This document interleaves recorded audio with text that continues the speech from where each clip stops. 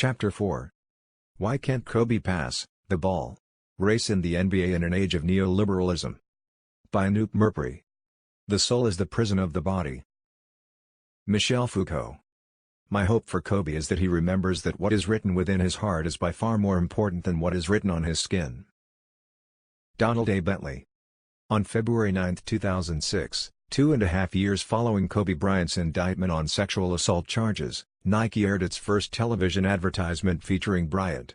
Appearing just 2 weeks after his widely discussed 81-point performance against the Toronto Raptors, the second highest individual scoring total in NBA history, the commercial features Bryant working out alone in the gym, with a voiceover in which Bryant self-consciously describes and prescribes his public persona: "Love me or hate me, it's one or the other. Always has been. Hate my game, my swagger. Hate my fadeaway, my hunger. Hate that I'm a veteran. A champion. Hate that. Hate it with all your heart. And hate that I'm loved, for the exact same reasons." The commercial marked a crucial turning point in Bryant's professional career. It was largely regarded by the sports media as his re-entry onto the lucrative stage of public endorsements, signaling the market's ability to recuperate his profitability that had been badly damaged since his indictment, a victory for Bryant, Nike, and the NBA. In praising the genuineness of the commercial, Bryant himself described his voiceover as an honest assessment of his position in the public eye, a truthful representation rather than one that attempts to polish his image. Regardless of the commercial's veracity, however, the particular narrative which it constructs, the public's simultaneous antipathy and adoration of Bryant, allows Nike to draw upon his vexed history as a public figure in order to market its global brand. It is as much Bryant's problematic character already ingrained in the popular imagination, Kobe the alleged rapist, the ball hog, the loner, that is being narrativized and marketed, as it is Kobe the extraordinary bowler. Even 4 years later, following Bryant's first MVP season in 2007-2008 and his fourth NBA championship and first NBA Finals MVP award in 2009, his position as greatest player of his generation is never more than a step ahead of constant speculation over the extent to which Bryant has changed on and off the court. This commentary was fueled by his 2007 public lashing of the Los Angeles Lakers front office and subsequent trade demands, and the ever-present memory on blogs and online chats of Bryant as a criminal and rapist, just as much as by his astonishing play. For Nike, as for the NBA's media commercial complex, Bryant's embattled public representation becomes the condition upon which the refashioning of his function as global market commodity can take place.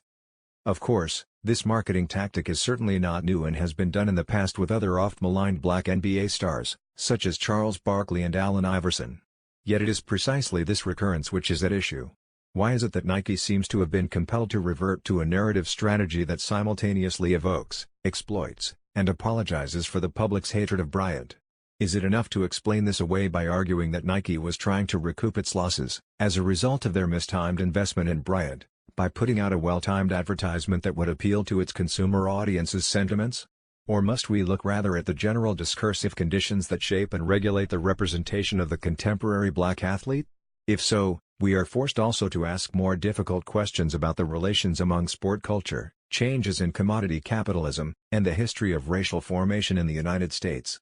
If Bryant's case can serve as a particularly rich instance, how has his figure been constructed in the public imagination so that he can come to be regarded as simultaneously loved and hated?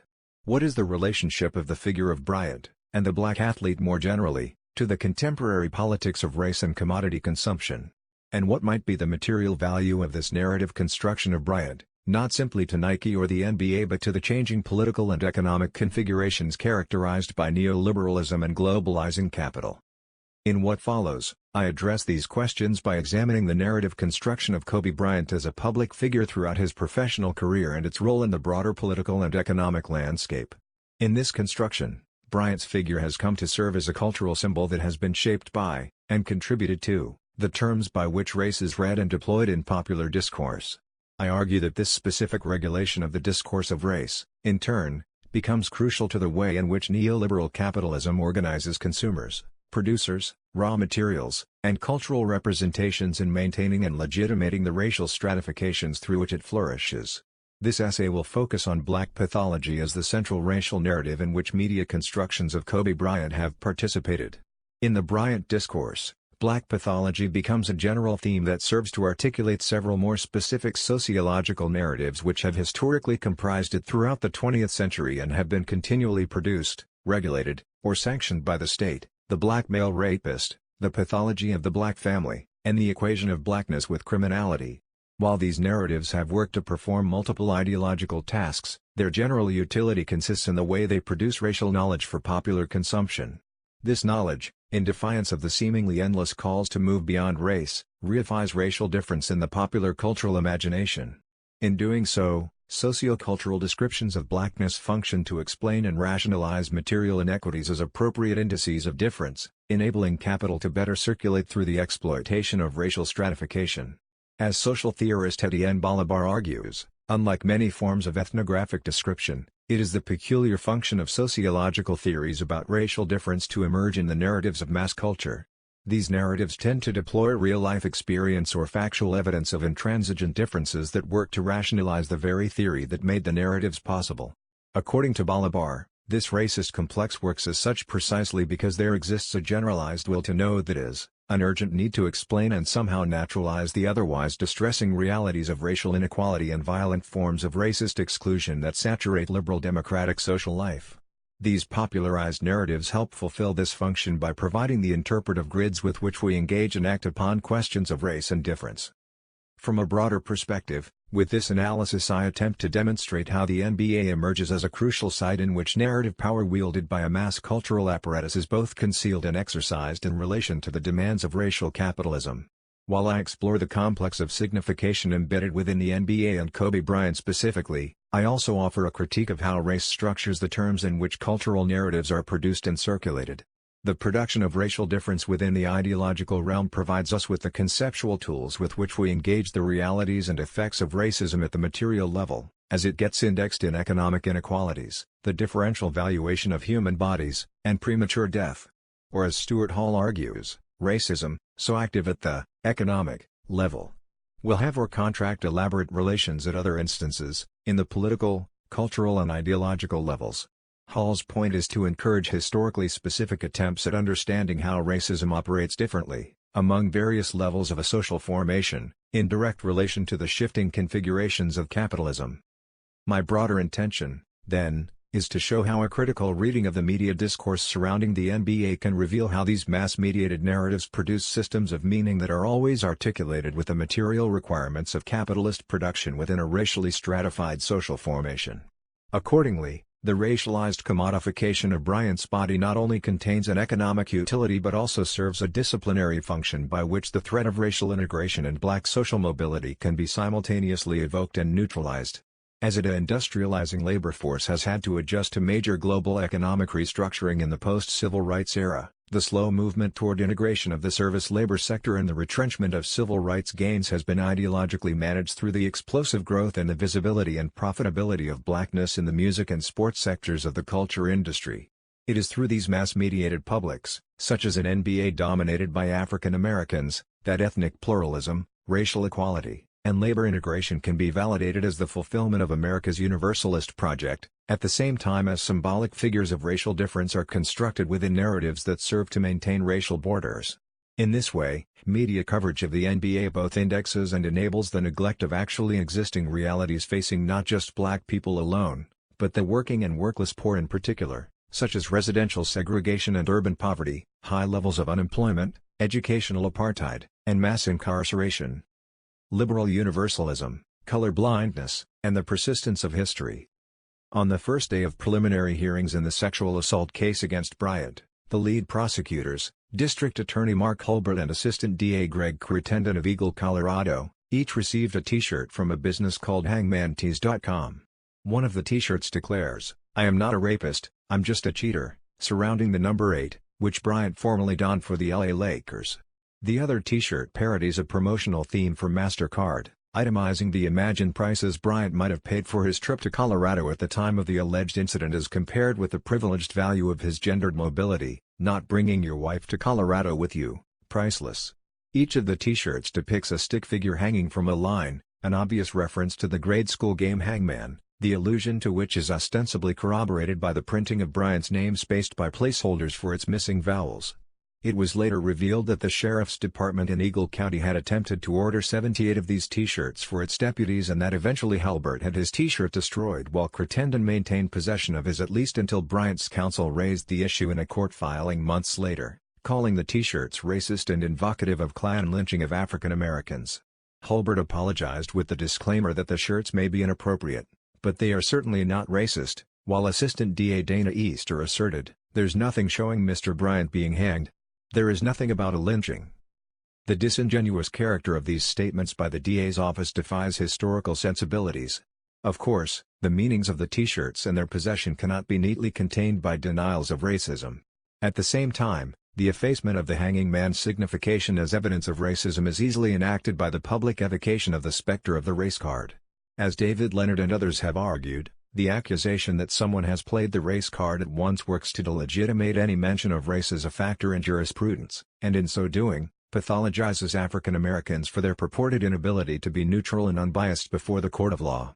In this view, race consciousness is the antithesis of objectivity, while any mention of race becomes the real example of racism. It is as if the accusation that the t-shirts evoke a long history of white extra-legal violence against blacks, in response to their presumed sexual violence against white women, was merely a cynical legal tactic that had nothing to do with the case itself. And yet the very fact that Bryant was indicted on rape charges enabled a popular narrativization that drew upon a long historical thread in American cultural and scientific discourse, which sees black men as hypersexual brutes, instinctively desirous of, and thus rapists of, white women. While black feminist writers such as Ida B. Wells Barnett and Angela Davis have exposed the mythology surrounding the figure of the black male rapist and the political utility of the myth in the historical justification of lynching, it is this same mythology that serves as the condition of possibility for the representational schema of these t-shirts, a mythology whose consistent deployment throughout the history of post-emancipation United States has been rooted in the legitimation of racial segregation and the preservation of white privilege. If the hangman t-shirts activate the historical scientific narrative of the black male rapist, enabling its insertion into the juridical process as the common sense of the prosecution, then here we confront the limits of the hegemonic position that understands race as an irrational impediment to an otherwise neutral legal process. This position is consonant with neoconservative doctrine that sees the progressive achievement of racial equality to be the product of a colorblind society, one which denounces so-called preferential treatment based on racial identification or ascription. This view assumes that the problem with granting prosecution and defendant a fair and objective trial is the very existence of race as a visually discernible category, one that is easily read through the primary indicator of skin color. Once we cease to see race, the story goes, we can easily get beyond race, securing justice and equality under the law. However, as Nikhil Singh suggests, the imperative to be colorblind only makes sense if we assume that to perceive color automatically leads to hierarchies of value. In the United States, only one socially significant tradition is built on this assumption, white supremacy. Under the universal, colorblind regime, in other words, we are forced back on an unstated belief in the order of white over black. As Singh and numerous historians and legal scholars have shown, colorblindness as a discursive practice is not simply untenable, but in fact works to reinscribe the historical force of white privilege in the guise of an objectively anti-racist stance. Indeed, race is not simply a matter of optics or phenotype. Its persistence as an identifiable category is no less dependent upon signs such as class, cultural affiliations, national belonging, ethnicity, language, labor, and geography. The contests surrounding the social significance of race and the viability of colorblindness as a method of combating racism potently reveal that today there remains a radical fissure between the liberal universalist ideal of abstract equality necessary for equal access to goods, services, labor, residential markets, and protection under the law and the divisions that constitute the lived reality of race. Nevertheless, the assumption that undergirds the logic of colorblindness, formal equality regardless of race, remains that persons who identify with historically racialized groups are able to individually transcend the material effects of racialization in order to pass as abstract citizens. So, here we can ask, can Kobe pass? Rather, a more precise way of putting it would be, why is it that Kobe can't pass? For now I want to put aside the usual references of this question so as to think about its broader implications. I want to think about the conditions that compel us to ask this question in the first place, and whether or not we are always talking about basketball when we ask it. One way to begin such an investigation would be to examine how the hangman t-shirts, and not just their possession by the sheriff's department, work as part of a network of racializing representations.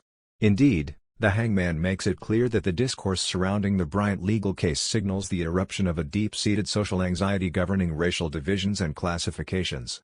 Bolivar has referred to this anxiety as the phantasm of prophylaxis, or the need to purify the social body by policing the borders of racial categories to prevent the unwelcome infiltration of that which cannot be guaranteed as belonging to one's own. In the case of Bryant, the public maintenance of this border logic becomes apparent in the hangman web advertisements. The logo of the hanging man signifies predominantly, enlarged in a comic strip-style dialog box, as if to dispel any doubts regarding its expressive function. While its flirtation with a childhood game allows for a non-racist reading, the hanging man as logo juxtaposed with the symbol of Bryant's own iconic status, the number 8, suggests a curious reinscription of a Jim Crow South onto a mass-mediated post-civil rights public. This graphic juxtaposition points to the ways in which racial borders, and the privilege that accompanies the bodily abstraction of white masculinity, continue to be vigilantly monitored, only now through the commodification and hypervisibility of black bodies rather than through the mob terror of lynching and the enforcement of racial hierarchy via segregation. The other T-shirt's MasterCard imitation thematizes an apparent dissonance between Bryant's race and class statuses, revealing the mobilization of populist resentment over his class-privileged mobility. The allusion to the alleged rape is linguistically, if not semiotically, absent, replaced by the reference to Bryant's decision to not bring his wife to Colorado. In other words, from the moment Bryant moves from the domestic realm to public space, there is no need to reconstruct the events, or to even name the charge, it can already be guessed in advance. Bryant's very presence in public space signifies threat. Indeed, here the charge of rape evidently matters less than the fact that he could not help but transgress the institution of marriage and have sex with a white woman. As a result, the accuser becomes merely functional, her claim transformed into a justification to indict Bryant as an adulterer and sexual deviant. The violent punishment envisioned for Bryant is thus seen as the result of an inevitable course of events, the basis of which is the disjunction between Bryant's blackness and his privileged class position, the former revealing the untenable character of the latter. This construction recycles the key element of the black male rapist narrative. By evoking the dangerous specter of interracial sex, the T-shirt becomes a rhetorical effort to police class status according to race. A disjuncture is constructed between Bryant's blackness and his privileged class position, signifying his inability to assimilate to the normative standards of American culture. And so his transgressions are figured as finally revealing an inherent defect that had always laid hidden within him, a blackness that now seeps through every image of him displayed on our television screens. If Bryant's figure has in part represented a social transcendence of race/class divides, a la Michael Jordan, in the signification presented by the hangman T-shirts, Bryant's apparent pretension to the social mobility that class privilege entails can finally be exposed as a bad imitation, a failed pass, of cosmopolitan whiteness. Reality, representation, and the non-fictional passing narrative. Critical commentary on narratives of racial passing as an American cultural phenomenon have tended to emphasize passing as a willful act, an assertion of agency, using terms such as desire and motivation when describing fictional characters who pass from black to white to gain access to social and economic opportunities. Thus passing is often seen as a subversive challenge to tightly circumscribed racial identity categories that preserve class privilege and to the unstable visual logic upon which racial classification is based. Most of this criticism, however, has neglected to recognize the pervasiveness of non-fictional passing narratives existing in popular culture, the construction of which as reality obscures their fabricated and representational qualities. In these narratives, the real-life passer is understood as a subject who has made a willful decision to pass. The subject is made to exist as an unmediated, empirical entity, a reality that exists outside of its representation and consumption by the viewer. At the same time, this pass only exists as such at the moment the subject comes to function, through her/his representation, as an object of knowledge and consumption for a viewing audience. In other words, this form of passing is embedded in the process of consumption rather than of production. It is initiated not by the passing subject but by the reader/consumer. Indeed, the pass emerges in the very rupture in the reader's conception of the coherency of racial, sexual, class, and gender identity. We might ask, then, how does a racialized and commodified icon such as Kobe Bryant identify with the terms by which his body is marketed and narrativized for consumption? Moreover, can we read the marketing of popular icons through narrative as serving a social disciplinary task that teaches consumers racially coded reading practices? As we have seen with the hangman construction, Passing can be read as a popular trope that actually produces Bryant as an object of knowledge by narrativizing his acts of racial and sexual transgression. This can be seen most acutely in media narratives that tend to emphasize Bryant's upper-class status and upbringing, his supposed inability to be a team player, his refusal to pass the basketball, and his sexuality. Boyd 2003, Samuels 2003, Rosen 2002a and 2002b. As we will see below, these narratives work to construct and maintain the boundaries of racial categories by attempting to make sense of Bryant's identity, which is understood to defy the social fabrications which constitute race, i.e., he doesn't seem black but is certainly not white. Thus, rather than understand passing as a transgressive act of possibility that emerges from the unstable authority of the color line, we can read the narrativization of Bryant's transgressions as thoroughly saturated with symbolic political and social meaning. Bryant's enclosure in the passing narrative enacts the authority and polices the borders of racial meanings for consumers of popular culture. This discursive production of Bryant as an object of knowledge allows a reading of the passing narrative as a disciplinary process in which Bryant's mass-mediated subjection occurs through what Michel Foucault calls a political investment of the body. I read these as narratives of transgression because Bryant's race and class status have almost always been presented as extraordinary and difficult to classify, or as Todd Boyd describes it, Kobe had long functioned as the NBA's de facto white man. He has been constantly presented as teetering on socially defined lines, and yet race and class have nevertheless been narrated as the determining factors of his behavior, and thus, who he really is. These narratives activate a network of stereotypes, determined by what Bolivar calls the ethos of post-racism, or the psychological assessment of intellectual aptitudes and dispositions to normal social life by striking a balance between hereditary and environmental factors. That is, in accordance with today's dominant multiculturalist understanding of race as a social construct, rather than a biologically determined category, such narratives deploy a culturalist stance that explains Bryant's actions in terms of his environment, an intellectual tactic that Bolivar refers to as a racism without races. For at the same time, this dynamic culturalism relies on a biologistic conception of how Bryant negotiates these supposedly intractable cultural differences, locating him on a scale of deviance from a socially constituted normalcy. In doing so, these narratives remain focused on Bryant's hyper-commodified body as the receptacle of an organic identity, one that must be defined and classified. Bryant's identity, while understood as the product of social forces, is elaborated as a biologically inflected category in its imbrication with the physical and behavioristic actions performed by his body. It is within this tightly rule-bound discourse that Bryant's interiority, his soul, becomes the instrument of a technology of power over the body. This soul and product of these narratives, rather than their foundation, give rise to a possible corpus of knowledge, which extends and reinforces the effects of this power over the body.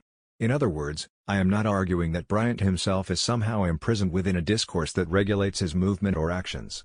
Rather, I argue that the public manufacture of Bryant's soul is the instrument by which his hyper-commodified body can be discursively classified, regulated, and transformed into a productive subject of racial capitalism. Indeed, Bryant's economic utility in the service of the NBA and its network of corporate interests as a revenue-generating basketball icon presupposes and facilitates a political utility. His figures function in the discursive policing of racial borders, culture, chromosomes, and the playground as colony. Long before Bryant's indictment in July of 2003, he began to assume a prolific role in media discourse as a selfish, spoiled, strong-headed boy attempting to pose among the men of the NBA, having begun his professional career at the age of 18. This construction was initially at the center of debates about whether Bryant was tough enough to be in the NBA, confronting all that accompanies fame and wealth as well as the intense competition he would face on the court from players who were older and stronger. As one of the very first in the decade-long wave of athletes entering the NBA directly from high school, Bryant's youth was always a key aspect of his representation by the sports media. However, youth and inexperience frame discussions surrounding Bryant much differently than it has with players such as Kevin Garnett or LeBron James, for instance, who have been seen as streetwise enough to make it, possessing a kind of urban wisdom that allows them to understand how to compete in a rough environment despite their youth. On the other hand, Bryant's sheltered existence in the suburbs, the fact that he spent his boyhood growing up in Italy, and his unfamiliarity with the hustling ethic of the streets were all seen as significant factors in determining whether he would succeed and relate to other players in a league consistently represented as comprised of thugs. From the very beginning, in other words, class was a key interpretive concept through which the public came to understand Bryant's relation to blackness. What has made this construction so appealing to the public is its concession to a kind of simple binary that sets Bryant against figures like Allen Iverson and Rasheed Wallace, who have been largely portrayed as unruly rebels. Based on his reputation as being mild-mannered and intelligent, at the time one could hardly imagine Bryant getting into legal trouble. The very fact that he seemed to have transcended race, i.e., shed the stigma of blackness, was reason enough to believe that he was oddly different from his colleagues. Indeed, Bryant has repeatedly confounded spectators because, as Todd Boyd puts it, his class status defies the perceived ghetto stereotype of most NBA players. Kobe is an upper-middle-class black guy who grew up between Italy and the suburbs. He is not from the hood, and his actions seem to indicate that he probably has never been there either, not even on a tour. Kobe Bryant has often functioned as the league's de facto white man. This binary conception of black/white to which Boyd alludes, and to which he seems to unwittingly perpetuate, historically structures entire discussions about race in basketball. In a classic example first published in Esquire in 1975, The Black and White Truth About Basketball, Jeff Greenfield writes, "It is a question of style. For there is a clear difference between black and white styles of play that is as clear as the difference between 155th Street at 8th Avenue in Crystal City, Missouri. Most simply, remembering we are talking about culture, not chromosomes, black basketball is the use of superb athletic skill to adapt to the limits of space imposed by the game. White ball is the pulverization of that space by sheer intensity." Greenfield uses space as a descriptor to connote a culturally specific style based on social realities, such as residential segregation, and the compactness and material constraints of black urban life against a kind of frontier, expansionist mentality of suburban and rural white life. This metaphor becomes extremely important here, particularly in relation to its eschewal of biological determinism, culture, not chromosomes. For if Greenfield's statement can be taken as an expression of the hegemonic outlook on race and cultural style in the United States, i.e., environment determines cultural identity and behavior, what happens when this formulaic construct is defied by a figure like Bryant? That is, how is an upper-middle-class black guy such as Bryant understood in relation to a politically acceptable race's culturally determined interpretive schema? At first glance this binary has paradoxical implications for representations of Bryant's game, since, as Tom Skaka foregrounds in his critique of racial stereotypes in the NBA, even if we can't agree what black means, we can agree that hoops is the black man's game, the way jazz is the black man's music. Improvised, constantly refined and elaborated.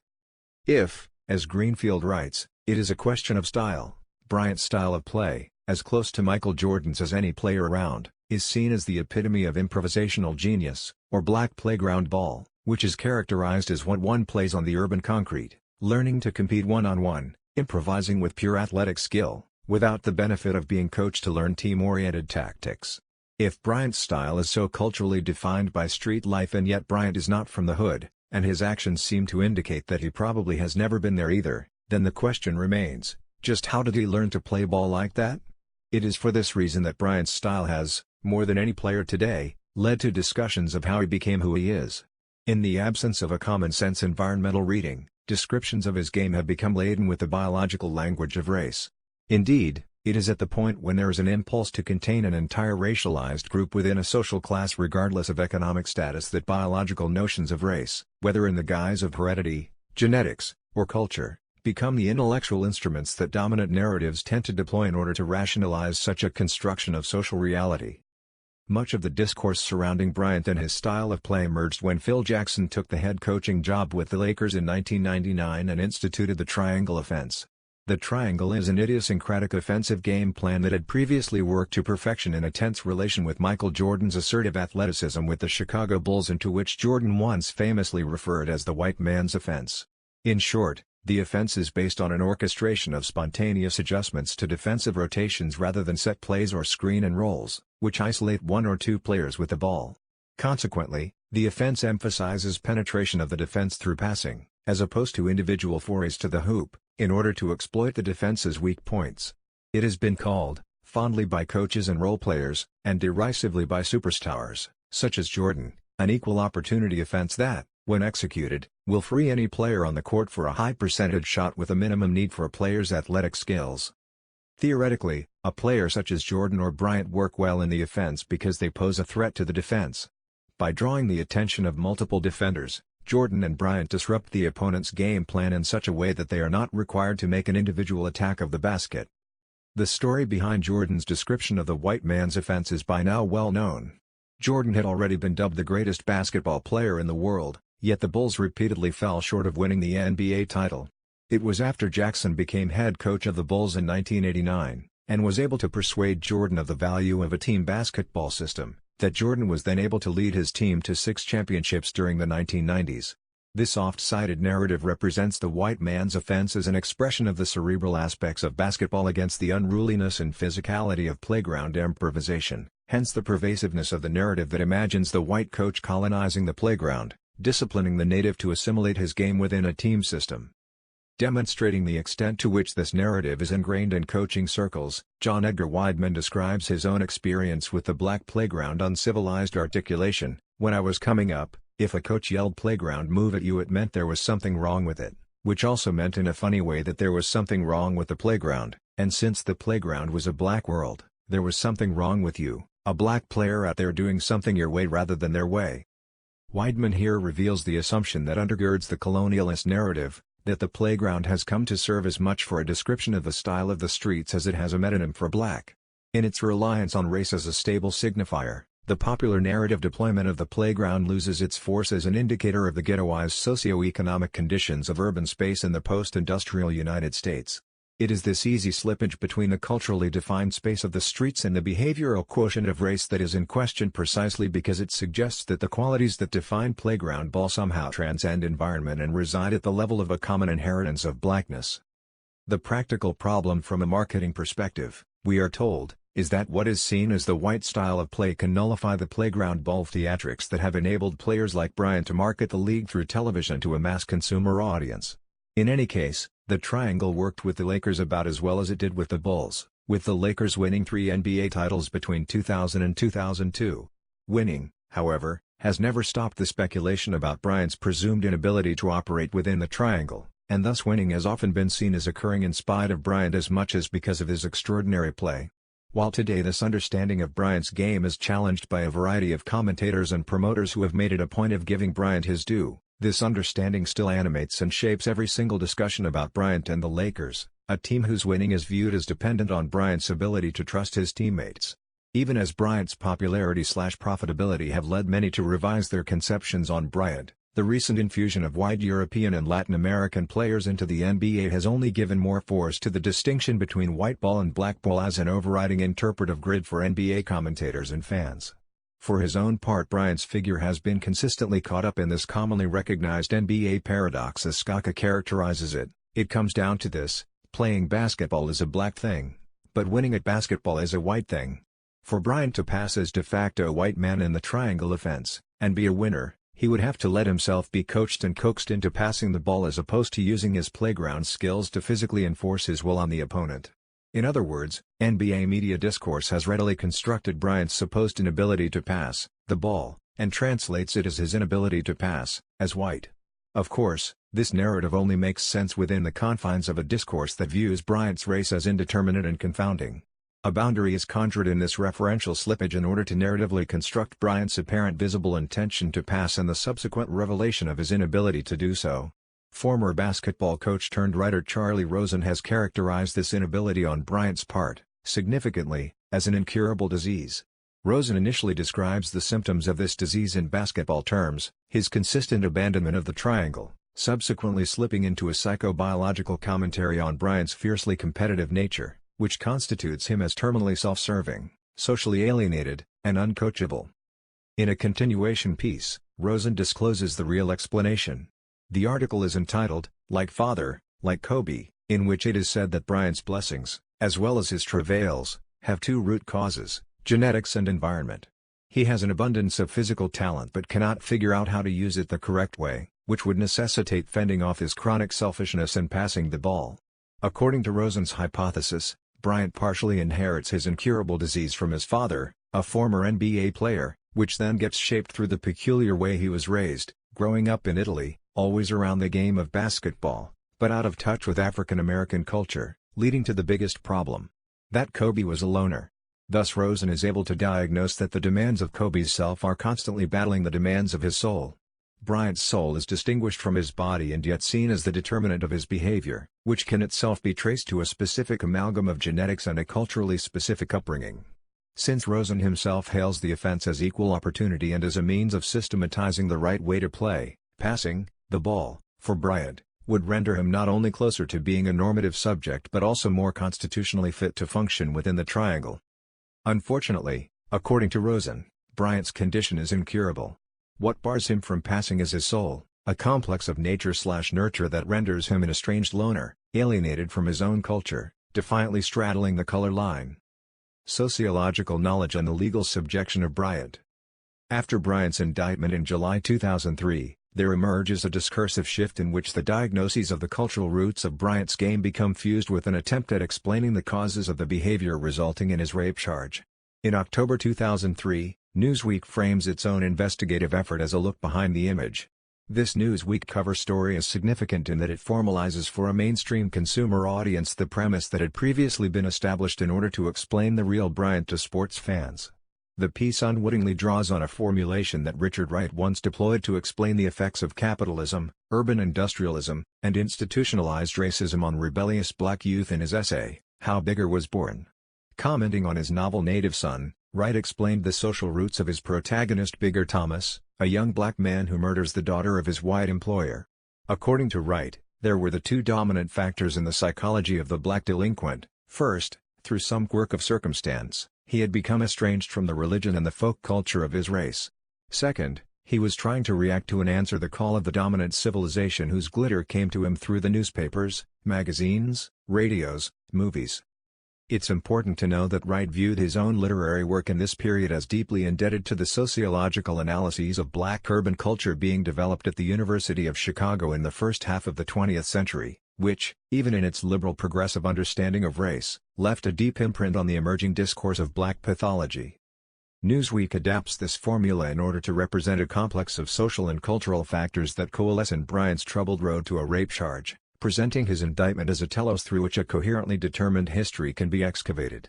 The importance of making this connection between Wright's hypothesis and Newsweek's representation of Bryant is to demonstrate how racial knowledge comes to appropriate the assumptions of a liberal anti-racism grounded in the sociological tradition, race as a social construction, while continuing to deploy an essentialist racial ideology as a way of explaining, and naturalizing, a static and pathological vision of black culture. It is this very slippage that fills the gap between a liberal welfarist approach to black inequality and a neoconservative policy of benign neglect, the argumentative space that laid the groundwork for the post-civil rights debate over race. Both approaches take the sociological construction of black pathology as given. The former views it as a historical aberration that can be ameliorated through discipline and cultural assimilation, whereas the latter views it as natural and intransigent, while any attempts to remediate a black inequality grounded in pathology are viewed as exacerbating the original problems. In order to understand the relationship between popular narrative and sociology as a form of racial knowledge, we can turn to the work of Roderick Ferguson, who examines how Wright drew upon the Chicago school sociologists in constructing the character of Bigger Thomas. Ferguson argues that the articulation of racial knowledge with narrative fiction unwittingly works to essentialize race while perpetuating the idea of a black sexual pathology. Following James Baldwin's famous critique of Wright, Ferguson argues that narrative representations of African American men that draw upon sociological discourses on race render racial knowledge as objective fact, legitimating the discourse of the black male rapist, a discourse that activates the racial violence and materialist practices of segregation. Below I show how this Newsweek piece narrativizes sociological discourse about black pathology by relying on a liberal culturalist view of race, one that nevertheless stumbles against its own bioracial essentialism. Unwilling to register the profound contradictions in its own representation of blackness, actual disparities in income, housing, conviction rates, and prison sentences between whites and blacks become naturalized. In accordance with neoliberal approaches to social policy, the blame for these disparities is either transferred from the state to the pathologized subjects in the language of individual responsibility or else redirected at the state itself for destructively intervening in the natural laws of the market through social services, welfare provision, or the enactment of race-conscious policies. The Newsweek article is structured around testimony by individuals reportedly close to Bryant, enabling it to displace the artificiality of the article's constitution of Bryant's social development onto his family and friends. Newsweek thus explains its intervention as a neutral, Factual report on an extant discourse wherein Bryant's family and friends have been supposedly deconstructing the player's life with even more ferocity than the media are. This form of rhetorical masking of its own fabrication replicates juridical discourse by presenting witnesses and third-party judgments as providing evidence for Bryant's case, signaling the modern overlapping configuration of criminal justice and mass culture. In this sense, this article should not be taken as merely a transparent representation of the autonomous process of judicial proceedings. Rather, the article, like all cultural discourse about the law, assumes an identifiable materiality within the law itself, interacting with the juridical process and mediating public opinion that shapes policy, trials, convictions, and sentencing.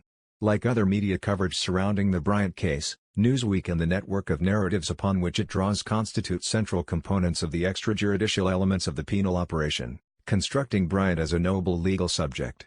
These extrajudicial judgments are directly involved in constituting the interiority of Bryant that is being judged by a consuming public, rather than simply the alleged crime itself. Yet the rhetorical tactic of disavowal enables the article to assume the semblance of empirical analysis. For example, the piece opens by infantilizing Bryant, commenting on his ignorance of and his lack of initiation into heteronormative American courtship rituals, through an interview with an old girlfriend who retrospectively accuses Bryant of being selfish and clueless. This perspective of Bryant as immature, sexually uninformed, self-consumed, and thus not able to get busy in the dark with girls as a teenager quickly becomes the basis for invoking the already well-worn descriptions of him as socially stunted, aloof, and sheltered from social development. Newsweek explains these determining qualities of Bryant's subjectivity in relation to three factors: 1. The cultural dynamics of the classic black family. 2. His alienation from African American culture as a result of growing up in Italy and attending high school in a suburb of Philadelphia, and 3. His laser-like focus on becoming the best basketball player in the world, constantly consuming mass-mediated images of the NBA and harboring dreams of becoming a commodity icon, like Michael Jordan or Magic Johnson. Curiously enough, it is not until after these factors are clearly delineated that the piece chooses to assert that race was also a key ingredient in this family brew, as if the article means to say that race here refers to something entirely different from the classic black family or Bryant's supposed alienation from African American culture. That is to say, race, in the phrase noted above, the only time the word is used, functions as an empty signifier, an ingredient understood as relevant to the situation but which bears no real relation to the reality of what is being described. In other words, it seems to imply that race exists outside the social. Nevertheless, the article's explanation of the function of race in the Bryant saga is a simple restatement of a factor already enumerated: the classic black family. Is this merely an example of journalistic sloppiness? Perhaps. Regardless of its intent or elisions, Newsweek presents a schema in which race exists as an abstract concept available in order to explain Bryant's behavior, and yet it is treated as somehow distinct from Bryant's culture. Race determines the structure and functioning of the black family, which is viewed as equally a cultural problem. The distinction the article strives to make between the racial and the cultural serves to conflate race with biology, as such, something that can be easily defined and clearly knowable, as something distinct from the cultural, which in turn becomes associated with the murkiness of the social environment. One would expect that part of the cultural here consists in the significance the article invests in Bryant's doting mother who fixed him the same breakfast every morning, packed his bags when he went on the road with the Lakers, and generally treated him like royalty. This investment, of course, uncritically participates in the enduring sociological discourse concerning the supposed pathology of the black family. Key elements of this discourse find its canonical formalization in Daniel Patrick Moynihan's The Negro Family, The Case for National Action. This policy document attempted to diagnose the cultural pathology of African Americans as located in familial forms that deviate from the heteropatriarchal norm of the nuclear family, a problem that sociology must confront in attempting to render African Americans fit for post-civil rights citizenship. While Newsweek does more than simply replicate the theory of black matriarchy that Moynihan formalized, it saddles Bryant's family, particularly his mother, with the responsibility for cultivating the tendencies within him that lead to criminality and violent sexuality. We are meant to assume that the cultural dynamic of Bryant's family life is responsible for his pathologized development. If this was the result of an ingredient endemic to black family life, Bryant's family is presented as unable to control something for which they are indeed somehow responsible. In validating its truth claims, Newsweek cites African-American cultural critic Kevin Powell, in his reference to Bryant as the classic story that happens in black families. The familiar explanation is disclosed of how black men in the United States are overly protected and coddled by their mothers and communities, a problem that in Bryant's case emotionally stunts him. One might ask, how can Newsweek explain Bryant's subjectivity and his eventual indictment by characterizing him as alienated from his own people, existing without any apparent connection to African American social life, and thus incapable of understanding and relating to black culture, while at the same time narrating his troubled road as emergent from a classic black family life?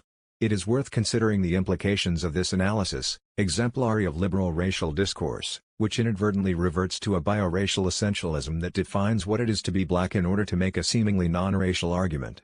Here the environmental and the biological explanations can coexist without apology. In this narrative of transgression, Newsweek constructs Bryant as ultimately determined by the constraints of his soul. However, it is a soul that floats freely, emerging in his cultural environment, through his skin color, and in his body, an essential blackness signifying on multiple levels and which ultimately fails in its attempt to defy its own delimited classification. Bryant's rape charge is thus doubly explained, not only by drawing on the sociological narrative of black pathology but also by his own inability to remain racially compartmentalized by dominant discursive standards, by his failure to act his own race. Unable to perform in accordance with prevailing racial ideology, Bryant's blackness emerges inevitably and violently. He is represented as attempting to transcend the ideological requisites of race and class, and yet his inability to fit into any certain category reveals both his imitativeness as well as the intractability of race as a social signifier. To be clear, I do not mean to argue that Newsweek's narrative is representative of how a popular audience reads Bryant.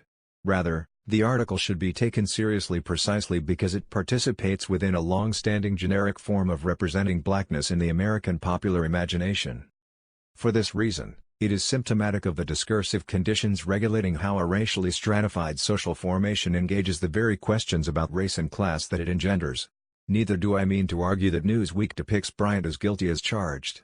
Instead, I would argue that judgments on Bryant's culpability are far less important than the simple opportunity to ruminate on his blackness, which renders him always capable of raping white women unless vigilantly monitored and disciplined. Bryant becomes a figure of a type that transgresses social boundaries, the representation of which reifies, and enables the surveillance of, those same boundaries. Newsweek's positioning of Bryant's indictment as a coherent narrative tell us in fact not only leaves the question of the verdict open but also incidental. In fact, Newsweek's discursive production of Bryant's interiority can just as likely function as his exoneration as it can his criminalization. The descriptions of the cultural milieu in which his behavior was formed can be read as a defense that might absolve him from guilt. Indeed, Bryant's imbrication with the criminal justice system, just as well as the discursive production of his exoneration, which includes discrediting the accuser's claim regardless of its validity, should be seen as vital to the material interests of the NBA and its entire corporate complex. One only needs to recognize Bryant's central role in marketing the game to a mass consumer audience and his positive function as a repository of racial ideology in order to accept this claim. In other words, if we take a broader view than the one which simply registers the recent decline in NBA television ratings and merchandise sales as measures of success, we should not be fooled by the concern of NBA executives and commentators over the infiltration of hip-hop, thug, and ghetto culture into the game, what many have seen as the cause of the NBA's decreased popularity among white audiences. Rather, it is precisely the commodification of the black body, its association with criminality, and its ability to conjure images of violence, danger, and threat, and the alarming concern over this, that keeps business running as usual. Reading race in the neoliberal order. It is critical to emphasize the extent to which these processes of popular narration become necessarily entangled with the entire political economy of the NBA. These narratives become available for mass consumption while also functioning as advertisements for the complex of commodities that make up the NBA's mass cultural apparatus. They exist by and for the NBA as a particular locus of transnational corporate interests: Nike, McDonald's, Disney, News Corporation, AOL, Time Warner, Coca-Cola, that depend upon techniques of marketing through narrative as a way to conflate practices of reading with practices of consumption. That is to say, it is through these techniques that Bryant's body serves an important economic purpose while at the same time educating mass cultural consumers on how to read race.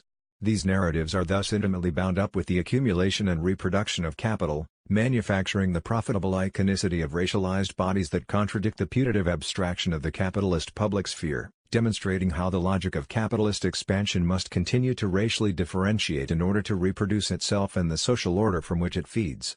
In the crucible formed by the contradictions between the persistent racializing tendencies of transnational capital and the post-segregationist enforcement of a colorblind marketplace, Kobe Bryant's confrontation with the law, no less other NBA figures on trial for social transgressions, should not be considered a crisis for the NBA, for the public figure as role model, or as test of the system's impartiality in relation to wealthy legal subjects, as many would have us believe.